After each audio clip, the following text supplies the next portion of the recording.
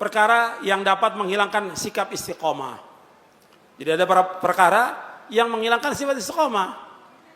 Yang pertama, kekafiran, kesyirikan, murtad, kemunafikan. Ini menghilangkan orang dari istiqomah. Kemudian perbuatan bid'ah. Jadi kita nggak bisa main-main dengan bid'ah. Bid'ah itu membuat orang jauh dari siratal mustaqim. Karena perbuatan bid'ah sudah keluar dari siratal mustaqim. Ketiga, perbuatan dosa dan maksiat. Tadi sudah saya sebutkan, dosa dan maksiat nggak bisa dianggap ringan. Dulu para sahabat itu menganggap perbuatan dosa itu seperti dia berada di bawah gunung, gunung itu akan menimpa dia. Tapi kita sekarang menganggap dosa itu seperti lalat yang nempel kemudian akan terbang. Nggak dianggap apa-apa. Padahal para sahabat luar biasa. Menganggap perbuatan itu dosa sangat besar dan takut dia kepada dosa. Kalau sekarang orang berani pada perbuatan, nggak takut dia kepada Allah SWT.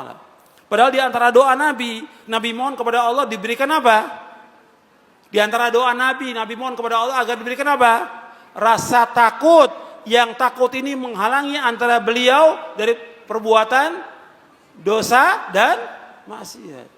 Allah maqsim lana min khasyatika ma tahulu bainana wa baina ma'asik. Ya Allah, berikanlah kepada kami rasa takut. Yang takut ini menghalangi kami dari berbuat maksiat kepadamu. Nabi minta kepada Allah rasa takut.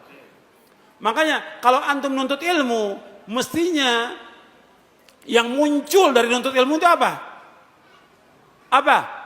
Rasa takut. Kata Imam Ahmad, al-ilmu apa? Khasyatullah. Kata Imam Ahmad, ilmu itu takut kepada Allah. Aslul ilmi khasyatullah. Bahwa asalnya ilmu takut kepada Allah. Sekarang banyak orang gak takut kepada Allah. Takut kepada Allah. Makanya kalau kita nuntut ilmu, mesti tambah takut kepada Allah. Jangan melanggar, jangan berbuat maksiat.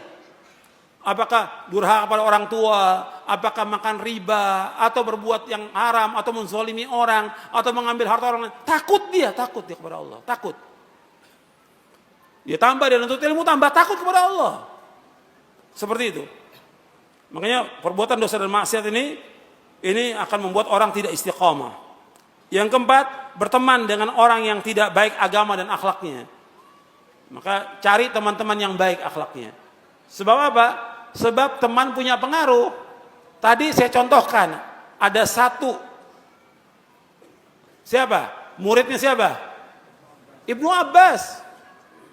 Ibnu Abbas ini ulama sahabat. Yang dia belajar dengan Ibnu Abbas. Karena dia berteman dengan ahlul bid'ah. Jadi apa? Jadi ahlul bid'ah. Sebab kata Nabi, al-mar'u ala dini khalili falyanzur ahadukum man yukhalil. Seorang itu tergantung daripada agama temannya, maka dia perhatikan kepada siapa dia berteman. Kemudian yang kelima, yang merusak atau membuat kita tidak istiqomah, cinta dunia dan tamak kepada dunia. Ini yang terbanyak ini. Di samping yang tadi juga ini, banyak orang gak istiqomah karena dunia.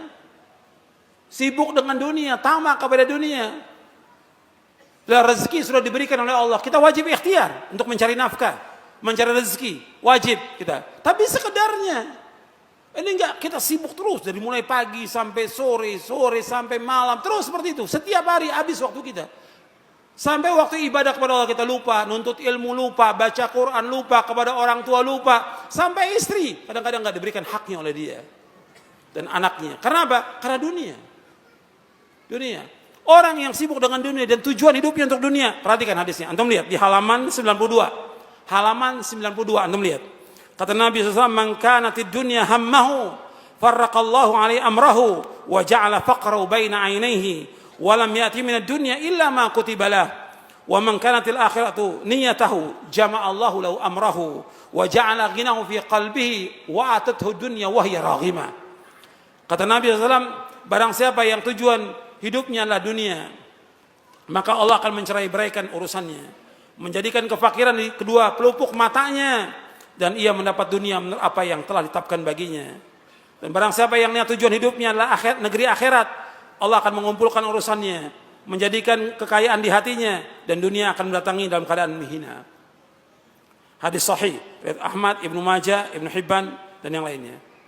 Antum perhatikan di sini. Nabi menyebutkan di sini dua, barang siapa yang tujuan hidupnya dunia. Satu lagi, barang siapa yang tujuan hidupnya akhirat. Yang tujuannya dunia, meskipun dia kerja terus pagi sampai malam, malam sampai pagi terus, tetap aja rezekinya segitu yang Allah kasih. Tapi orang yang tujuannya akhirat, apa kata Nabi Muhammad SAW di sini? Allah kumpulkan urusannya, dimudahkan urusannya oleh Allah. Kemudian apa? Wa ja'ala ghinahu fi qalbihi. Allah berikan kekayaan dalam hatinya. Karena hakikat kekayaan yang sebenarnya kaya apa? Kaya hati. Bukan kaya harta. Laisal ghina an kathratil ardh walakin al-ghina ghina nafs, kata Nabi. Bahwa kekayaan itu bukan banyaknya harta, bukan. Tapi kekayaan yang hakiki kaya hati. Dia merasa cukup dengan apa yang Allah berikan, merasa puas dengan apa yang Allah berikan. Perhatikan. Orang yang merasa cukup dan puas dengan rezeki yang Allah berikan kepada dia, meskipun hanya sekedarnya dia dapat setiap hari, maka dia menjadi orang yang paling kaya di muka bumi ini. Antum ingat tuh, orang yang dia cukup dengan rezeki yang Allah berikan kepada dia, umumnya sehari dia cuma dapat 10.000 rupiah, cukup dia buat istri dan anaknya, cukup dia, dan dia puas, dan dia bersyukur kepada Allah, maka dia menjadi orang yang paling kaya di muka bumi ini. Kata Nabi SAW, warda bima qasamallahu laka takun agnan nas. Adalah kamu menjadi orang yang redha dan puas dengan apa yang Allah berikan rezeki kepada kamu, maka kamu jadi orang yang paling kaya di muka bumi ini. Ini hadisnya Nabi SAW. Makanya kita merasa cukup. Dan Nabi menyebutkan juga termasuk orang yang bahagia. Dalam hadis yang sahih riwayat Muslim, Nabi bersabda, qad aflaha man aslama wa ruziqa kafafan wa qanna bima ata. Kata Nabi, sungguh sukses, sungguh beruntung, sungguh berbahagia orang Islam. Diberikan rezeki cukup dan dia puas dengan apa yang Allah berikan kepadanya. Dia orang yang beruntung, kata Nabi SAW. Bahkan orang yang dia paginya selamat, punya makan cuma itu aja, dan dia puas, dia seolah memiliki dunia, kata Rasulullah. Memiliki dunia. Cuma makan cuma satu piring dengan apa adanya, tapi dia memiliki dunia, kata Rasulullah SAW. Hadis riwayat Tirmidzi. Makanya kita harus puas dan cukup dengan apa yang Allah berikan. Kalau kita lihat sekarang ini orang banyak tamak pada dunia, ngejar dunia, nggak merasa puas. Akhirnya apa? Lupa udah. Nggak. Kadang-kadang sholatnya pun ditinggalkan oleh dia. Atau sholatnya zuhur menjelang asar, asar menjelang maghrib. Kenapa? Dunia. Maghrib menjelang isya, subuh udah nggak kelihatan sudah di masjid. Kalau subuh udah nggak kelihatan. Subuh nggak muncul di masjid ya. Dunia yang membuat dia rusak. Dunia membuat orang gak istiqomah karena dunia. Dan ingat, orang mukmin tujuan hidupnya apa? Orang mukmin tujuan hidup apa? Akhirat, bukan dunia. Dunia ini semuanya seisinya lebih jelek daripada bangkai kambing dunia ini. Makanya bodoh orang yang dia sibuk dengan dunia, tamak pada dunia, orang yang bodoh. Kata Al-Imam Ibnu Qayyim dalam kitabnya Uddatus Sabirin wa Dhakhiratus Syakirin, orang yang tamak pada dunia adalah orang yang paling bodoh dan paling idiot akalnya di muka bumi ini. Gak punya akal. Kalau orang yang berakal, dia mesti tujuannya akhirat. Dunia ini kehidupan yang fana, kehidupan yang sebentar, kehidupan mimpi, fata morgana dunia ini. Tapi akhirat kehidupan yang kekal dan abadi. Allah berikan rahmat di muka bumi ini berapa? Allah berikan rahmat di muka bumi berapa? Satu. Yang 99 di mana? Di akhirat. Kalau orang yang nyari satu, akalnya nggak waras. Paham? Bapak Ibu paham ya? Yang dicari yang mana? Akhirat. Orang yang beriman yang cari akhirat. 99 rahmat Allah sediakan di sorga. Bukan yang satu rahmat. Yang satu rahmat Allah berikan kepada semuanya. Kepada orang kafir, orang fajir, munafik, manusia, binatang, semua diberikan satu rahmat oleh Allah. Tapi 99 untuk orang yang beriman nanti di sorga. Yang dicari orang beriman yang 99. Makanya kita harus istiqomah dalam agama ini. Yang kita cari akhirat bukan dunia. Dunia nggak ada arti apa-apa meskipun hanya seberat sayap nyamuk. Kemudian yang keenam, yang membuat manusia ini rusak dan tidak istiqomah, itu fitnah syahwat dan syubuhat. Syahwat dan syubuhat. Hawa nafsu dan syubuhat. Saya sebutkan di sini fitnah syahwat, fitnah keduniaan seperti harta, kedudukan, pujian, sanjungan, wanita dan lainnya. Ini fitnah. Fitnah syubhat adalah fitnah tentang pemahaman, keyakinan, aliran, pemikiran yang menyimpang. Fitnah syubhat, fitnah kesesatan. maksiat, bid'ah, kezaliman, kebodohan, keyakinan, pemikiran, serta pemahaman yang sesat. Fitnah syahwat membuat rusak niat dan tujuan dalam ibadah kepada Allah. Saya ulangi, antum lihat di halaman 95. Halaman 95. Fitnah syahwat membuat rusak niat dan tujuan dalam ibadah kepada Allah. Dan fitnah syubhat membuat rusaknya ilmu dan keyakinan. Jadi kalau fitnah syahwat membuat rusak niat dan tujuan dalam ibadah kepada Allah.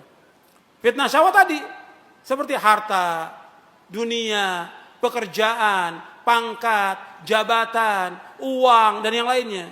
Nabi ini nggak takut umatnya fakir, nggak takut. Yang Nabi takut dibukakan pintu dunia. Sehingga rusak tujuannya. Yang mesti tujuannya dia akhirat, jadi tujuannya apa? Dunia. Ini makanya fitnah syahwat membuat rusak niat dan tujuan ibadah kepada Allah. Adapun fitnah syubhat membuat rusaknya ilmu dan keyakinan. Syubhat atau pemikiran yang rusak, pemahaman yang sesat, membuat apa? Yang tadi ilmunya benar rusak dia ilmunya. Kenapa? Karena itu syubhat yang datang kepada dia. Bukan mustahil orang yang belajar di luar atau di Timur Tengah masuk syubhat dan menjadi tokoh penyesat umat. Dan itu terjadi yang seperti itu. Karena apa? Karena syubhat yang masuk di kepalanya dia. Rusak ilmunya yang sekian lama dia hafal Quran, hafal hadis, rusak karena syubhat masuk kepada dia. Dan rusak juga keyakinan dia kepada Allah Subhanahu wa ta'ala. Ini orang-orang yang disesatkan oleh Allah dengan ilmunya. Kenapa? Dia mengikuti hawa nafsunya. Afara'aita man ittakhadha ilahahu hawahu wa adallahu Allahu ala ilmin. Tidakkah kau perhatikan orang-orang yang dia menjadikan hawa nafsunya sebagai Tuhan? Allah sesatkan dengan ilmunya dia. Disesatkan oleh Allah dengan ilmunya. Makanya kita hati-hati bahwa kita belajar yang jelas Quran dan Sunnah ala fahmi salaf. Yakini ini, fahami dengan benar dan pegang teguh. Dan mohon kepada Allah istiqamah di atas jalan yang hak sampai kita diwafatkan oleh Allah. Yang paling mulia karamah itu tetapnya istiqamah. Makanya katakan oleh Syekhul Islam Ibnu Taimiyah, ghayatul karamah luzumul istiqamah. Ghayatul karamah luzumul istiqamah. Mulianya tujuan dari karamah, kemuliaan. Karena orang kan melihat karamah kan. Wali-wali itu punya karamah kata mereka. Wali punya karamah kekeramatan. Kata Syekhul Islam, bukan itu tujuannya. Karamah yang sebenarnya bagaimana dia istiqamah sampai dia diwafatkan oleh Allah, istiqamah di atas tauhid, istiqamah di atas sunnah, istiqamah di atas manhaj salaf, istiqamah dalam dia mengikhlaskan ibadah kepada Allah, istiqamah dalam ketaatan, istiqamah dalam menjauhkan semua perbuatan maksiat. Saya pikir cukup sampai di sini, mudah-mudahan bermanfaat.